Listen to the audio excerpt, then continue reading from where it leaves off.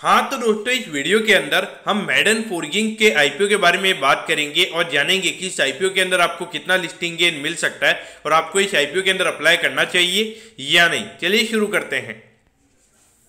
तो देखिए, सबसे पहले हम ये जानेंगे कि ये कंपनी क्या काम करती है। तो देखिए, जो कंपनी है 2005 में ये कंपनी स्टार्ट हुई थी, यानी कि लगभग अगर आप देखोगे 17 से 18 साल ये कंपनी को स्टार्ट हुए हो चुके हैं। तो देखिए, जो कंपनी जो फेरस मेटल से रिलेटेड जो प्रोडक्ट्स वगैरह रहते हैं वो ये कंपनी बनाने का काम करती है। यानी कि एक तरीके से आप देख सकते हो कि एक मेटल मैन्युफैक्चरिंग कंपनी हमें यहाँ पे ये कंपनी नजर आती है। तो देखिए, ये कंपनी की अगर हम प्रोडक्ट की अगर हम बात करेंगे, जो स्टील के जो ब्राइट बार्स होते हैं, जो वायर्स, प्रोफाइल्स और उसके अलावा जो कोलेटेड जो न्यूमेटिक नेल्स होती हैं, ग्राउंड बार्स होते हैं, तो वो सब ये कंपनी बनाने का काम करती है। अब अगर हम यहाँ पे कंपनी के मैन्युफैक्चरिंग प्लांट की अगर हम बात करेंगे, 3 अभी कंपनी के मैन्युफैक्चरिंग प्लांट है और तीनों में यहाँ पे कंपनी के जो प्लांट है वो गाजियाबाद उत्तर प्रदेश के नाम यहाँ पे कंपनी के नजर आते हैं।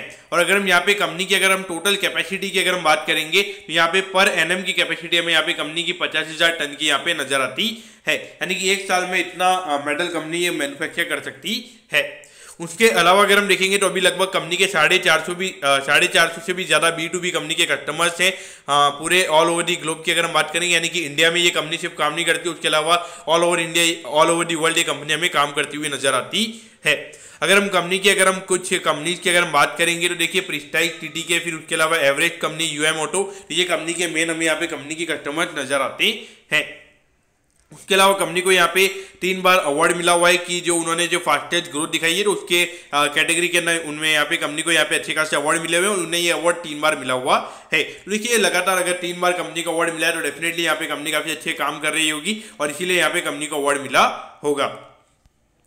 अब अगर हम यहाँ पे ऑब्जेक्टिव की अगर हम बात करेंगे, यानी कि जो आईपीओ से कंपनी को पैसा मिलने वाला है उसे कंपनी कैसे यूटिलाइज करने वाली है, तो देखिए यहाँ पे जो मैन्युफैक्चरिंग फैसिलिटीज है उसको यहाँ पे कंपनी एक्सपांड करने वाली है। यानी कि अपनी जो कैपेसिटी है उसको बढ़ाने के लिए यहाँ पे कंपनी का आईपीओ आ रहा है। और जो वर्किंग कैपिटल के जो एक्सपेंसिस होते हैं, यानी कि जो डेली टू डेली कैश के रिक्वायरमेंट्स होते हैं, उसके लिए कंपनी का आईपीओ आ रहा है। और उसके अलावा जो आईपीओ से रिलेटेड जो कंपनी का एक्सपेंस लगने वाला है, तो देखिए लगभग 23 करोड़ के लगभग कंपनी का आईपीओ में नजर आता है। तो उसके लगभग अगर आप देखोगे लगभग 50 से 60 लाख रुपए का कंपनी का यहाँ पे आईपीओ का एक्सपेंस होगा, तो वो भी यहाँ पे कंपनी आईपीओ के पैसे से यूटिलाइज करने वाली है। अब अगर हम कंपनी के फाइनेंशियल से पहले अगर हम कंपनी के प्रमोटर्स की अगर हम बात करेंगे तो देखिए, निशांत गर्ग जी और निवेदिता गर्ग जी हमें यहाँ पे कंपनी के प्रमोटर्स नजर आते हैं। तो देखिए, अगर हम रेवेन्यू की अगर हम बात करेंगे तो यहाँ पे 204 करोड़ के लगभग कंपनी के रेवेन्यू के नंबर थे। फिर 2021 में कोविड आ गया था तो उसकी वजह से कंपनी का रेवेन्यू का नंबर यहाँ पे कम हुआ था, लेकिन उसके बाद में भी अगर आप देखोगे तो कोई ज्यादा रिकवरी नहीं आई थी। 210 करोड़ का ही रेवेन्यू का नंबर हमें यहाँ पे देखने को मिला है और अभी 9 महीने में लगभग 163 करोड़ के लगभग का रेवेन्यू का नंबर है। यानी कि लगभग अगर आप देखोगे 50 से 55 करोड़ के लगभग का पर क्वार्टर का रेवेन्यू का नंबर हमें यहाँ पे नजर आता है। तो इस साल भी अगर आप देखोगे तो रेवेन्यू वाइज कोई ज्यादा ग्रोथ के नंबर हमें यहाँ पे नजर नहीं आते हैं। अब अगर हम प्रॉफिटेबिलिटी की बात करेंगे तो यहाँ पे 1-1 करोड़ के लगभग ये नंबर था। फिर उसके बाद में अगर आप देखोगे 2 करोड़ के लगभग ये नंबर आया था और अभी अगर आप देखोगे 9 महीने में कंपनी ने 8 करोड़ का प्रॉफिट कमाया है। और जो कि मेरे ख्याल से देखा जाए थोड़ा मुझे रेड अलर्ट यहाँ पे नजर आता है, क्योंकि इस बार अगर आप देखोगे जो टाटा स्टील हो, जो जितनी भी मेटल कंपनीज हैं, तो उनके नंबर्स अगर आप देखोगे तो लॉसेज वगैरह में नजर आते हैं, या फिर जो प्रॉफिटेबिलिटी है वो अपने जो 22 वाले ईयर में जो उन्होंने प्रॉफिट कमाया था उससे 50 से 60% उनके जो नंबर्स हैं वो हमें यहाँ पे भी नीचे नजर आ रहे हैं। तो उस पॉइंट ऑफ व्यू से देखा जाए तो कहीं ना कहीं यहाँ पे आईपीओ के टाइम पे इतनी अच्छी प्रॉफिटेबिलिटी नजर आना, कहीं ना कहीं मुझे लगता है कि थोड़ी कुछ यहाँ पे चीजें मुझे यहाँ पे नेगेटिव नजर आती। मैं ये नहीं मानूंगा कि ये नंबर एग्जैक्टली यहाँ पे मैं यहाँ पे सही नजर एग्जैक्टली यहाँ पे सही है, मुझे यहाँ पे बिल्कुल भी नहीं लगता है। अब अगर हम आईपीओ के डिटेल्स के बारे में अगर हम बात करेंगे तो देखिए, 23 तारीख को ये आईपीओ में ओपन होता हुआ नजर आएगा और 27 मार्च को ये आईपीओ में क्लोज होता हुआ नजर आएगा। यानी कि जो अगला मंडे है उस दिन ये आईपीओ में क्लोज होता हुआ नजर आएगा। यहाँ पे 63 रुपीज पर शेयर पे कंपनी शेयर दे रही है। 2000 शेयर का हमें यहाँ पे लॉट नजर आता है। यानी कि एक लॉट को अप्लाई करने के लिए यहाँ पे 1,26,000 रुपए यहाँ पे लगेंगे। अगर हम टोटल इश्यू साइज की अगर हम बात करेंगे तो 23 करोड़ 84 लाख रुपीज का हमें यहाँ पे आईपीओ नजर आता है। इसमें से अराउंड 35% के लगभग का रिटेल कोटा है, यानी कि लगभग 8 से 9 करोड़ के लगभग का रिटेल कोटा हमें यहाँ पे कंपनी का नजर आता है। और ये जो कंपनी है, कंपनी हमें बीएसई के एसएमई प्लेटफॉर्म पे ये कंपनी हमें लिस्ट होती हुई नजर आएगी। अब अगर हम टाइम टेबल के बारे में अगर हम बात करेंगे तो देखिए 31 मार्च को आपको पता चल जाएगा कि आपको अलॉटमेंट मिला है या नहीं। अगर अलॉटमेंट नहीं मिलता है तो 3 तारीख को आपको रिफंड मिल जाएगा, और अगर अलॉटमेंट मिलता है तो 5 मार्च को आपके डीमेट अकाउंट में शेयर आ जाएंगे, और 6 अप्रैल को ये कंपनी हमें लिस्ट होती हुई नजर आएगी। यानी कि ऑलमोस्ट अगर आप देखोगे जो अलॉटमेंट का बेसिस है, यानी कि जिस दिन अलॉटमेंट पता चलेगा उसके लगभग एक हफ्ते बाद में हमें यहाँ पे ये कंपनी हमें लिस्ट होती हुई नजर आएगी। क्योंकि देखिए यहाँ पर बीच में थोड़ी बहुत छुट्टी वगैरह भी है। 30 मार्च को अगर आप देखोगे रामनवमी की जो रामनवमी है उसकी वजह से हॉलीडे वगैरह है, तो उसकी वजह से भी यहाँ पे थोड़ा ये आईपीओ में थोड़ा लेट लिस्ट होता हुआ नजर आएगा।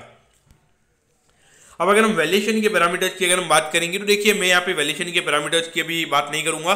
मुझे लगता है कि यहाँ पे अगर हम जो कंपनी की अर्निंग्स है उसके हिसाब से अगर आप देखोगे पिछले साल की अर्निंग्स के हिसाब से लगभग 15 के पी रेशियो पे कंपनी का आईपीओ आ रहा है, और नॉर्मली अगर आप देखोगे जो मेटल की कंपनीज होती है वो 10-12 के पी रेशियो पे ही ट्रेड होती है, क्योंकि कंपेरिजन में देखा जाए तो वैल्यूएशन यहाँ पे थोड़ा एक्सपेंसिव नजर आता है। अगर हम आरओई की अगर हम बात करेंगे तो कोई ज्यादा खास आरओई नहीं है। अगर हम डेट टू इक्विटी की अगर हम बात करेंगे 0.66 का यहाँ पे डेट टू इक्विटी है। अभी लगभग 23 करोड़ से कंपनी की इक्विटी हमें यहाँ पे बढ़ती हुई नजर आएगी, तो उसकी वजह से डेट टू इक्विटी हमें यहाँ पे कंपनी का जो है वो हमें यहाँ पे कम होता हुआ नजर आएगा।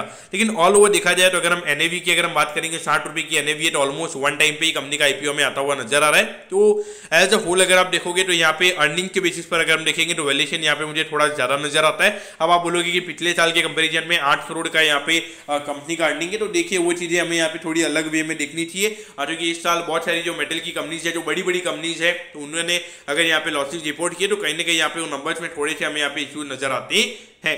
उस पॉइंट ऑफ व्यू से देखा जाए तो मुझे यहाँ पे ये कंपनी के अंदर कुछ खास नजर नहीं आता है। मैं डेफिनेटली ये आईपीओ को अवॉइड ही करने वाला हूँ। और अगर आप देखोगे अभी निफ्टी के अंदर अगर हम देखेंगे लगभग 10 से 12% का करेक्शन हो चुका है ऑल टाइम हाई से, और उसके अलावा अगर हम रिलायंस की अगर हम बात करेंगे 20 से 25% का करेक्शन रिलायंस में हो चुका है। बहुत सारे जो स्मॉल कैप्स हैं अराउंड 60-70% अपने ऑल टाइम हाई से नीचे ट्रेड कर रहे हैं। तो ऐसे पॉइंट ऑफ व्यू से मुझे नहीं लगता कि यहाँ पे जब मार्केट में इतनी अच्छी अपॉर्चुनिटी है वहाँ पे मेरे ख्याल से ऐसे आईपीओ के लिए अपने मनी को यहाँ पे ब्लॉक करके मेरे ख्याल से मुझे लगता है कि कोई मतलब है। तो मैं डेफिनेटली आईपीओ को अवॉइड ही करने वाला हूँ। तो दोस्तों मैं होप कर रहा हूँ कि मेडन फोर्जिंग के आईपीओ के बारे में आपको सब कुछ समझ में आ गया होगा। अगर आपकी कोई भी क्वेरीज है आप कमेंट कीजिए, मैं जरूर आपके कमेंट पर रिप्लाई करूंगा। ओके दोस्तों, thank you, have a nice day.